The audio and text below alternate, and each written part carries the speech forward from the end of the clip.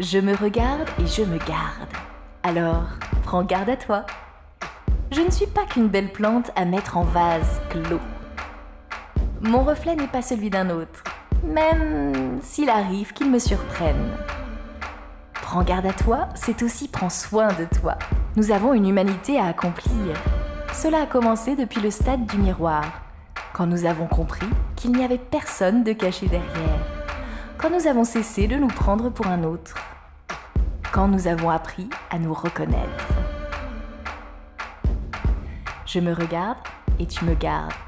Nous sommes.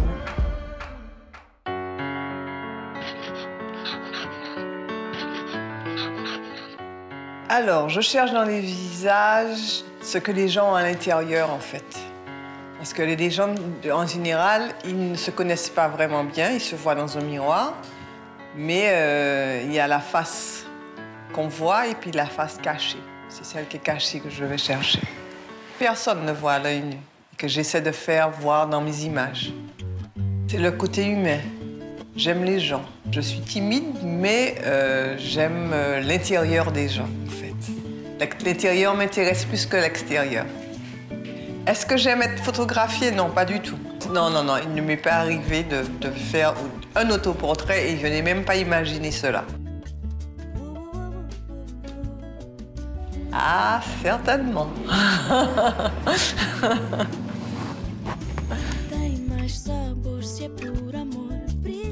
Tout à fait. Je suis une sage, donc comme une image.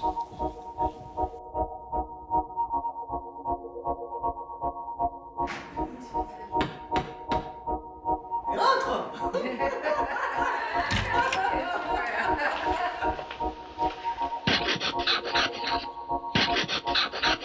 C'est-à-dire que je m'intéresse au regard que portent les écrivaines caribéennes sur leur société à travers leurs romans. Donc des femmes comme Ziyech, Jamaica Kincaid, Shani Moutou, mais aussi Maryse Condé et d'autres écrivaines francophones. Et puis, en tant que plasticienne, je m'intéresse aussi à l'esthétique de l'image à travers la manière dont les femmes organisent leur environnement, par exemple.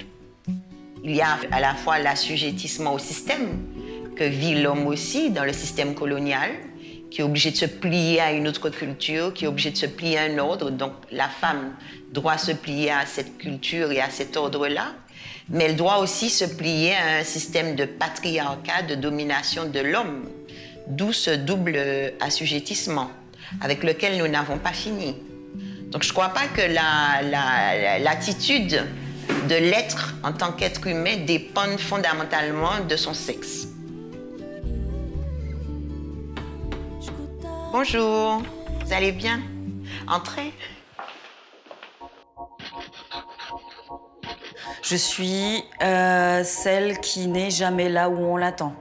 On va dire que j'ai horreur du conformisme et que j'ai toujours envie de choses différentes. Donc, je dirais ça, peut-être un petit côté rebelle, voilà.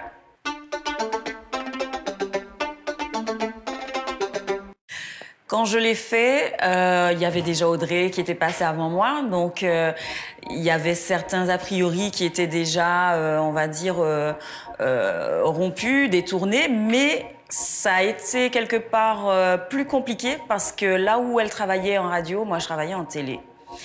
Et là, d'un coup, c'était pas possible, et puis c'était pas que le cheveu naturel, c'était des locks. Donc on me demandait au début, alors avant de les faire, c'était un petit afro, donc on me demandait, mais qu'est-ce que tu as prévu pour après? Genre, tu peux pas rester comme ça, il y a forcément... C'est transitoire, rassure-nous. C'était, tu dois quelque chose aux téléspectateurs, tu appartiens aux téléspectateurs, donc tu ne peux pas te permettre d'apparaître ainsi. Et bon, là... je me suis fâchée tout net, franchement. Et j'aurais expliqué que j'appartenais à personne, que mon travail peut-être appartenait effectivement aux téléspectateurs, mais que je m'appartenais jusqu'à preuve du contraire à moi-même, d'abord. Et du coup, que j'avais le droit de faire ce que je voulais de mes cheveux, qui m'appartenaient à moi-même, sur ma tête à moi-même. Voilà.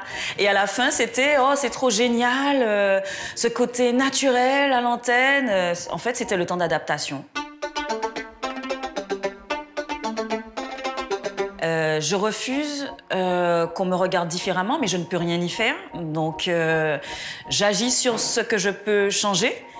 C'est moi. Donc, je suis très rigoureuse là-dessus et je fais très attention à ne pas changer par rapport aux gens, tout simplement par rapport à ce regard-là qu'on a sur moi.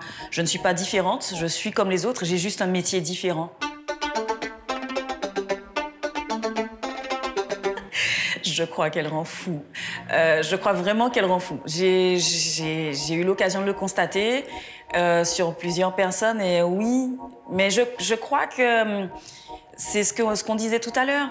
Si ce regard en fait qui est posé sur vous, vous met sur un piédestal et si vous le prenez comme argent comptant, comme tel, oui, vous pouvez perdre la tête. C'est facile. Tout le monde vous met à l'honneur, tout le monde vous félicite, tout le monde vous flatte, tout le monde vous facilite les choses. Il y a une queue, on va vous faire passer en premier, ou etc. Et si vous vous laissez faire, c'est très facilement qu'on rentre dans une espèce de spirale où on se croit un peu au-dessus et c'est faux. Allons-y. Et voilà. Très attachée à des valeurs de respect, de partage, de solidarité. Très attachée à l'authenticité de mon pays. Surtout très attachée à Basse-Pointe. Je me place toujours dans la complémentarité et pas en opposition par rapport à un homme. Mais c'est vrai que je me suis toujours posé la question pourquoi le pouvoir politique ne devrait pas être représentatif comme l'est la population, enfin à l'image de la population de Martinique. La vision, la femme, elle a certainement beaucoup plus de sensibilité.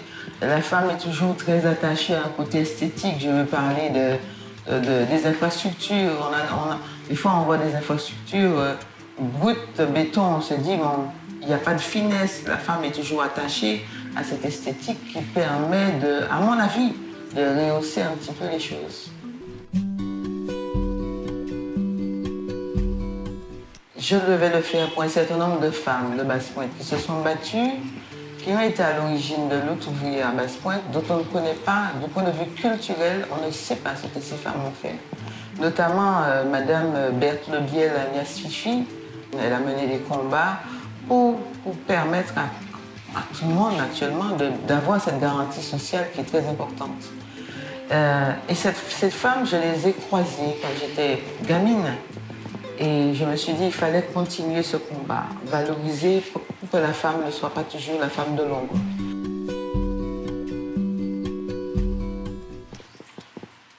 Quand je n'ai rien à dire, je ne dis rien. Mais j'aime beaucoup observer et je suis un peu perfectionniste. Au lieu de dire des choses que je vais regretter ou bien montrer qu'on est à côté de la plaque, je préfère ne rien dire, observer, parce que je me préparais d'une certaine manière à entamer ces élections. J'ai lu, je suis très attachée à un auteur qui s'appelle Paulo Coelho, qui a écrit La solitude du vainqueur. Donc, je ne pense pas que je vais me laisser envelopper dans la magnificence de la victoire, si on peut appeler ça comme ça. Lorsqu'on mène des combats, c'est d'abord une victoire sur soi.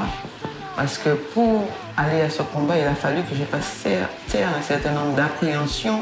C'est pour ça que c'est une victoire sur moi. Bonjour, bienvenue. Entrez. Pas défaitiste. Et puis qui prend la vie comme elle vient, quoi. Je suis déjà passée derrière la caméra, devant et derrière, et parce que j'aime le documentaire de création. J'ai fait une formation, j'ai fait un film qui s'appelle Mon Pamouni. Effectivement, je veux dire que souvent on dit que les femmes ne sont pas solidaires, mais Images Caraïbes, c'est fait à tous les niveaux, que ce soit les gens qui allaient chercher les gens à l'aéroport, monter les films et autres, c'était 99% un personnel féminin et j'étais tellement contente que... Et il y avait des mamans Il y avait des personnes qui venaient d'accoucher, qui partaient à 2 h du matin donner la tétée, qui revenaient travailler. Pour moi, c'est un moment de bonheur. Un moment vraiment de bonheur. Ah, June, oui. Oui, je rencontre June, mais c'est le fait du hasard. C'est aussi une histoire de femme. Je suis en train de penser à ce projet de faire un festival de cinéma, pas de femmes, de cinéma. Et je rencontre Zane Palsy, qui, Zane, elle vient de réaliser La rue Cazeneuve. Et elle avait été invitée un petit peu partout, dont à Londres, pour présenter Rue Cazeneuve. Et à Londres, elle rencontre une fille noire qui travaille au BFI, au British Film Institute. Et elles deviennent bons amis, elles échangent ensemble. Et quand je rencontre Zane pour lui parler de son film, comment je vais faire telle chose, elle me dit, tu devrais rencontrer, j'ai rencontré une fille, elle est comme toi, elle est passionnée comme toi, tu devrais la rencontrer. Vraiment, vous avez des choses à faire ensemble. Et j'ai rencontré June comme ça, et c'est devenu mon amie, ma sœur.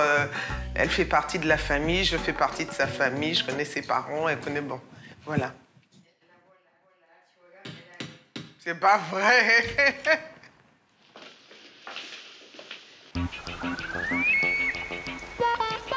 J'étais née en British Guiana, mais c'est devenu Guyana en 1976. M'a amenée au cinéma, c'était une passion de participer, qu'il y aura une participation des gens qui sont comme moi, qui regardent comme moi et qui voyaient seulement à la télé et dans les films en réalité dont nous ne faisons pas partie. Et tu vois, dans ma vie, je me dis, mais on n'est plus dans l'esclavage, on est humaine, on est là, on participe, on contribue à l'humanité de tout niveau. Pourquoi on ne se voit pas ?